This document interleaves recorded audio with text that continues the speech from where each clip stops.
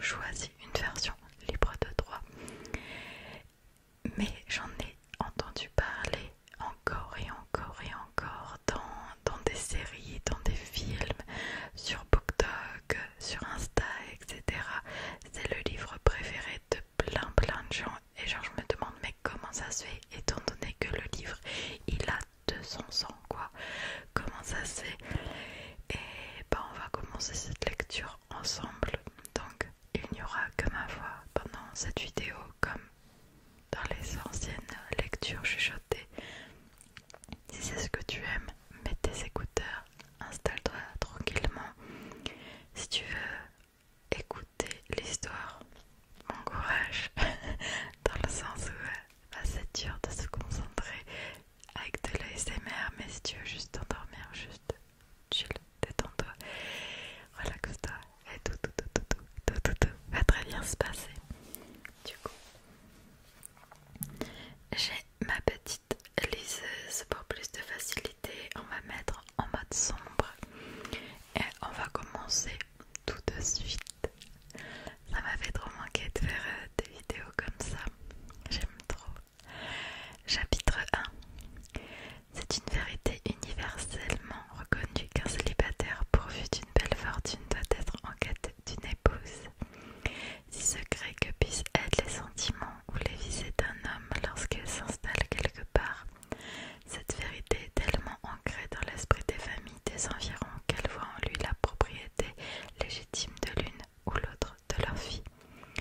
Mon cher monsieur Bennet, lui dit un jour sa femme, savez-vous que le domaine de Netherfield Park est enfin loué? Monsieur Bennet répondit que non. C'est pourtant le cas, reprit-elle, car Mrs. Long en revient et elle m'a tout raconté. Monsieur Bennet ne répondit pas. Vous ne voulez pas savoir qui est le nouveau locataire? Demanda sa femme avec impatience. Vous avez envie de me le dire et je n'ai rien contre le fait de l'entendre. Elle n'eut pas besoin d'autre encouragement. Eh bien mon cher, sachez que, selon Mrs. Long, un jeune homme très riche, originaire du nord de l'Angleterre, s'est installé à Netherfield. Il s'y est rendu lundi dernier en voiture de poste à 4 chevaux et le domaine lui a tellement plu qu'il a immédiatement fait affaire avec Monsieur Morris. Il doit s'y installer dès la Saint-Michel et quelques-uns de ses domestiques viendront à la fin de la semaine prochaine. Comment s'appelle-t-il? Bingley. Est-il marié ou célibataire?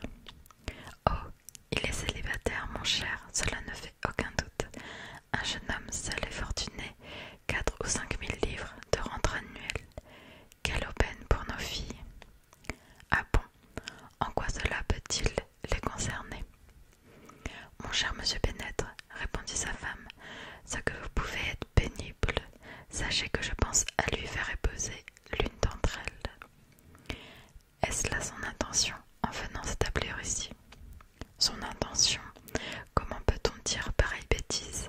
Toutefois, on peut parfaitement imaginer qu'il tombe amoureux de l'une de nos filles et il faut donc que vous lui rendiez visite dès son arrivée. Je ne vois aucune nécessité à cela. Vous pouvez y aller avec vos filles ou les y envoyer seules, ce qui serait peut-être encore mieux, car comme vous êtes tout aussi belle qu'elle, monsieur Bingley s'indigera peut-être de vous.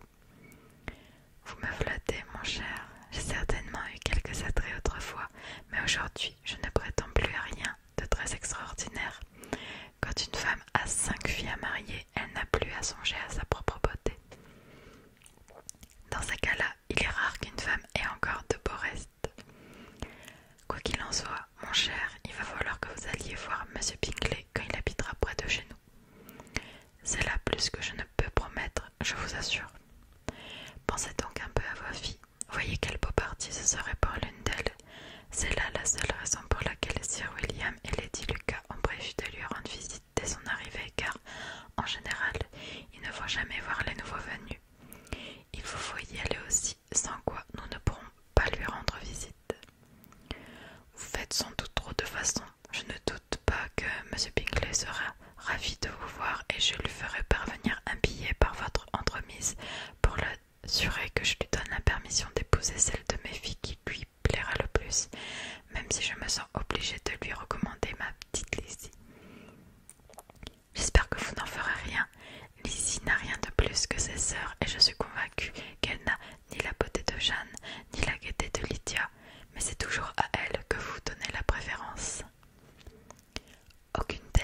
grand-chose de bien remarquable, répondit-il. Elles sont sottes et ignorantes comme les autres jeunes filles. Mais Lizzie est un peu plus vive que ses sœurs. Monsieur Bennet, comment pouvez-vous parler ainsi de vos propres enfants? Vous prenez plaisir à me contrarier. Vous n'avez aucune pitié de mes pauvres nerfs. Vous vous méprenez, ma chère. J'ai pour vos nerfs la plus haute estime. Ce sont de vieux amis. Cela fait au moins 20 ans que vous en parlez avec considération. Ah, vous ne savez pas ce que j'endure. Mais j'espère que vous surmonterez tout cela et que vous vivrez assez longtemps pour voir arriver par ici de nombreux jeunes gens dotés de 4000 livres de rente par an. À quoi cela nous servirait-il? S'il y en avait 20, vous ne rendriez pas visite à un seul. Sachez, ma chère, que lorsqu'il y en aura 20, je rendrai visite à chacun d'eux. Monsieur Bennet était un si curieux mélange d'intelligence, d'humour sarcastique, de réserve et de caprice que sa femme ne parvenait toujours pas à percer son caractère au bout de 23 ans de mariage. Sa personnalité à elle était moins difficile à cerner. C'était une femme peu avisée, aux connaissances limitées et d'humeur imprévisible. À la moindre contrariété, elle s'imaginait être victime de ses nerfs. Son seul but dans la vie était de marier ses filles. Son seul plaisir, elle le tirait des visites et des nouvelles du voisinage. Chapitre 2. Monsieur Bennet fut l'un des tout premiers à rendre visite à Monsieur Bingley. Il avait toujours eu l'intention de le faire, même si jusqu'au dernier moment il avait dit le contraire à sa femme. Le lendemain de cette visite, elle ignorait encore qu'il l'avait faite. La chose fut révélée de la façon suivante. Comme il observait sa seconde fille en train de décorer un chapeau, il lui lança tout à trac. « J'espère qu'il plaira, Monsieur Bingley, Lizzie. »« On ne peut pas savoir ce qui plaît ou non, Monsieur Bingley, » répondit Mrs. Bennet avec humeur, « puisqu'il ne faut pas aller le voir. »« Mais maman, dit Elisabeth, vous avez oublié qu'on doit le rencontrer dans des réceptions et que Mrs. Long a promis de nous le présenter. »« Je ne pense pas que Mrs. Long fasse rien de tel. Elle a elle-même 2 nièces à marier. C'est une femme égoïste et hypocrite que je n'apprécie guère. »« Moi non plus, dit M. Bennet. Je suis bien aise que vous ne comptiez pas sur ses bons offices. » Mrs. Bennet ne daigna pas lui répondre, mais incapable de cacher son impatience, elle se mit à réprimander l'une de ses filles. « Pour l'amour du ciel, Kitty, évite donc de tousser de la sorte. Aie pitié de mes pauvres nerfs, tu les mets à torture. » Kitty tousse à tort et à travers, dit son père. Elle ne sait pas se retenir. « Je ne tousse pas pour m'amuser, rétorqua Kitty, un peu agacée. Quand ton premier bal a-t-il lieu, Lizzie? Dans 15 jours. Oui, c'est vrai, s'écria sa mère, et Mrs. Long ne reviendra ici que la veille. Il lui sera donc impossible de nous le présenter, car elle-même ne le connaîtra pas encore. Alors, ma chère, vous pourrez avoir l'avantage de lui présenter vous-même, Monsieur Bingley. C'est impossible, Monsieur Bennet, impossible, puisque je ne le connais pas moi-même. Arrêtez de vous moquer de moi. Je rends hommage à votre prudence. Je reconnais que 15 jours pour faire connaissance, c'est très peu. Impossible de savoir qui est vraiment quelqu'un au bout de 2 semaines. Mais si nous ne faisons pas le premier pas, quelqu'un d'autre le fera. Après tout, il faut que les nièces puissent tenter leur chance, et puisqu'elle verra là une gentillesse de notre part, je me chargerai des présentations si vous ne voulez pas le faire. Ces filles ouvrirent de grands yeux. Mrs. Bennet se contenta de dire « Ridicule, c'est ridicule. »« À quoi rime cette exagération ?» s'écria-t-il. « Jugez-vous ridicule l'usage de présenter quelqu'un et le cas qu'on en fait. Là-dessus, je ne vous suis pas. Qu'en dis-tu, Marie, toi qui es, je le sais, une jeune personne très réfléchie, toujours en train de lire de grands livres et d'en tirer des citations. » Marie voulait dire quelque chose de très sensé, mais rien ne lui vint à l'esprit. Pendant que Marie met ses idées en ordre, reprit-il, revenons à Monsieur Bingley. J'en ai assez de ce Monsieur Bingley, s'écria sa femme. Je suis désolée d'apprendre cela, mais que ne l'avez-vous dit plus tôt? Si j'en avais été avisée ce matin, je ne lui aurais certainement pas rendu visite. Ce n'est vraiment pas de chance, mais maintenant que j'y suis allée, nous ne pouvons plus désormais éviter de faire sa connaissance. » L'étonnement de cette dame fut à la hauteur de ses espérances et celui de Mrs. Bennet peut-être plus fort encore, bien qu'une fois passées les premières manifestations de joie, elle se mit à affirmer qu'elle s'y était toujours attendue. « Comme c'est gentil à vous, mon cher monsieur Bennet, mais j'étais sûre que je finirais par vous décider. Je savais que vous aimiez trop vos filles pour négliger pareille relation. Eh bien, je suis très contente. Et quelle jolie plaisanterie que de faire cette visite ce matin sans nous en souffler mot jusqu'à maintenant.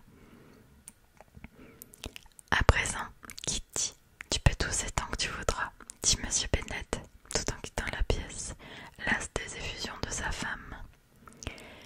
Quel excellent père vous avez, mes enfants, dit Mrs. Bennet, dès que la porte fut fermée. Je ne sais comment vous pourrez jamais le remercier de sa bonté, ni comment je pourrais le faire moi-même. À notre âge, il n'est guère agréable, je vous assure, de faire chaque jour de nouvelles connaissances. Mais pour vous, nous ferions n'importe quoi. Lydia, ma chérie, bien que tu sois la plus jeune, je gage que M. Bingley dansera avec toi lors du prochain bal. Oh, répliqua Lydia avec assurance, je ne crains rien, car même si je suis la plus jeune, c'est moi la plus grande. On passa le reste de la soirée à supputer dans combien de temps M. Bingley rendrait sa visite à M. Bennet et à se demander quand on pourrait l'inviter à dîner. Chapitre 3. Malgré cela, toutes les questions que Mrs. Bennet, assistée de ses 5 filles, put poser à ce sujet ne lui permirent pas d'obtenir de son mari une description satisfaisante de M. Bingley. Elles s'y prirent de différentes façons, par des questions impertinentes, des suppositions ingénieuses et de vagues hypothèses. Mais ils déjouaient leur ruse et elles durent finalement s'en remettre aux informations de seconde main fournies par leur voisine, Lady Lucas. Elle en parlait de façon très favorable. Sir William l'avait trouvé charmant. Il était fort jeune, merveilleusement beau, tout à fait aimable et, pour couronner le tout, il comptait se rendre au prochain bal avec un important groupe d'amis. Rien ne pouvait être plus délicieux. Aimer la danse, c'était assurément un premier pas pour aimer tout court, et l'on fonda de grandes espérances sur la conquête du cœur de M. Bingley. Si je puis voir une de mes filles heureusement établie à Netherfield, dit Mrs. Bennet à son mari, et les autres aussi bien mariées, je n'aurai plus rien à désirer. Quelques jours plus tard, M. Bingley rendit sa visite à M. Bennet et y passa une dizaine de minutes avec lui dans sa bibliothèque. Il avait espéré qu'on le présenterait à ces demoiselles, car on lui avait beaucoup parlé de leur beauté, mais il ne vit que le père. Les cadettes eurent, elles, plus de chance car, en l'observant depuis une fenêtre du haut, elles purent s'assurer qu'il portait un habit bleu et montait un cheval noir. Une invitation à dîner ne tarda pas à suivre, et Mrs. Bennet avait déjà prévu les plats qui feraient honneur à ses talents de maîtresse de maison lorsqu'on lui remit une réponse qui retarda tout. M. Bingley devait être à Londres le lendemain et ne pourrait donc avoir l'honneur d'accepter leur invitation, etc. Mrs. Bennet en fut déconcertée. Elle n'arrivait pas à imaginer quelles obligations pouvaient l'appeler à Londres si peu de temps après son arrivée dans le Hertfordshire, et elle se mit à craindre qu'il ne fût toujours à courir par mont et par voie au lieu de s'installer à Netherfield comme il aurait dû. Lady Lucas la rassura un peu en lui disant qu'il n'était peut-être allé à Londres que pour y solliciter de nombreux amis en prévision du bal, et le bruit courut bientôt que M. Bingley amènerait 12 dames et 7 messieurs. Les demoiselles déploraient qu'il y eût tant de dames, mais elles furent rassurées quand on apprit, la veille du bal, qu'il avait invité non pas 12, mais 6 personnes, ses 5 sœurs et une cousine. Cependant, quand le groupe entra dans la salle de bal, il n'était plus que 5. M. Bingley, ses 2 sœurs, le mari de l'aîné et un autre jeune homme. M. Bingley était un bel homme distingué. Son visage était agréable, ses manières simples et naturelles. Ses sœurs étaient jolies et d'une élégance incontestable. Son beau-frère, M. Hurst, avait seulement l'allure d'un gentleman, mais son ami, M. Darcy, attira bientôt les regards de l'assemblée. Il était grand et mince, avait de beaux traits, un maintien noble. 5 minutes après son arrivée, on murmurait qu'il avait 10 000 livres de rente. Les messieurs s'accordèrent à louer sa prestance. Les dames le dégradèrent bien plus séduisant que M. Bingley, et pendant la première moitié de la soirée, il suscita l'admiration générale. Ensuite, ses manières déplurent et sa popularité en pâtit. On s'aperçut qu'il était orgueilleux, qu'il se donnait des airs supérieurs et qu'il ne trouvait rien à son goût. Malgré l'immense domaine qu'il possédait dans le Derbyshire, on le jugea antipathique et désagréable, sans rien de comparable à son ami. M. Bingley eut vite fait de lier connaissance avec les personnes les plus importantes de l'assemblée. Il était gai, sans affection, fut de toutes les danses, parut mécontent que le bal finît si tôt et songea même à en donner un à Netherfield. D'assez charmantes qualités parlent d'elles-mêmes. Quel contraste entre lui et son ami. M. Darcy n'avait dansé qu'une fois avec Mrs. Hurst et une fois avec Miss Bingley. Il avait refusé d'être présenté à aucune autre femme et avait passé le reste de la soirée à se promener de long en large dans le salon, parlant de temps à autre à son groupe d'amis. Sa réputation était faite. C'était l'homme le plus orgueilleux, le plus désagréable qui fût, et tout le monde espérait qu'il ne remettrait plus les pieds ici. Mrs. Bennet était de ceux qui s'emportaient le plus contre lui.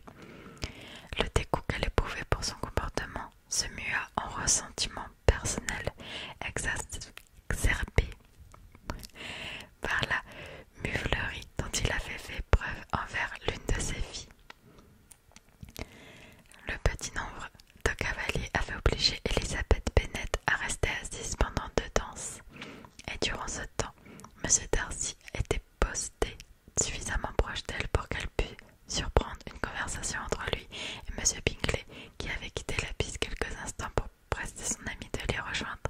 « Allons, mon Darcy, dit-il, viens danser. Je n'aime pas devoir planter là tout seul comme un imbécile.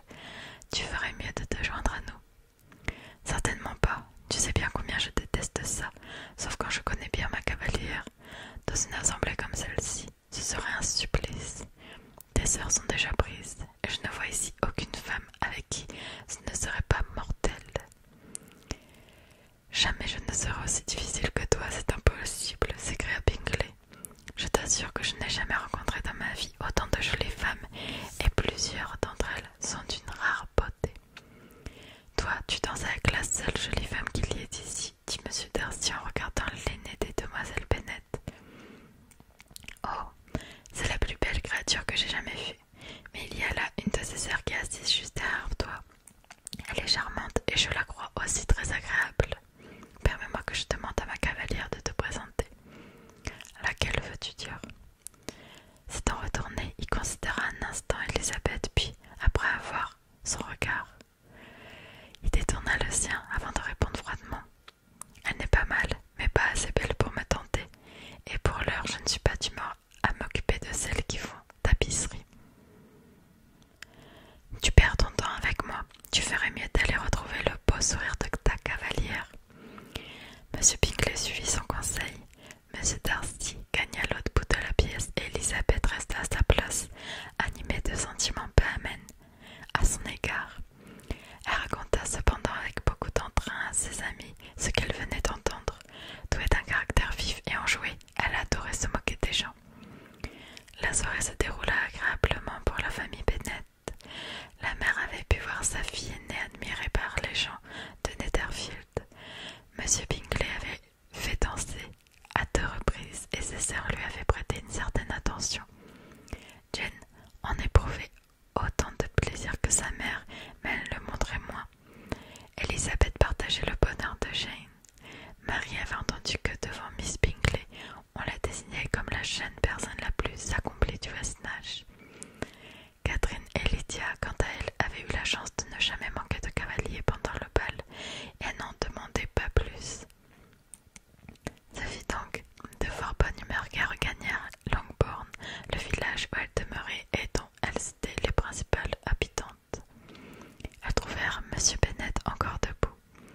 Quand il était absorbé par un livre, il ne voyait pas le temps passer.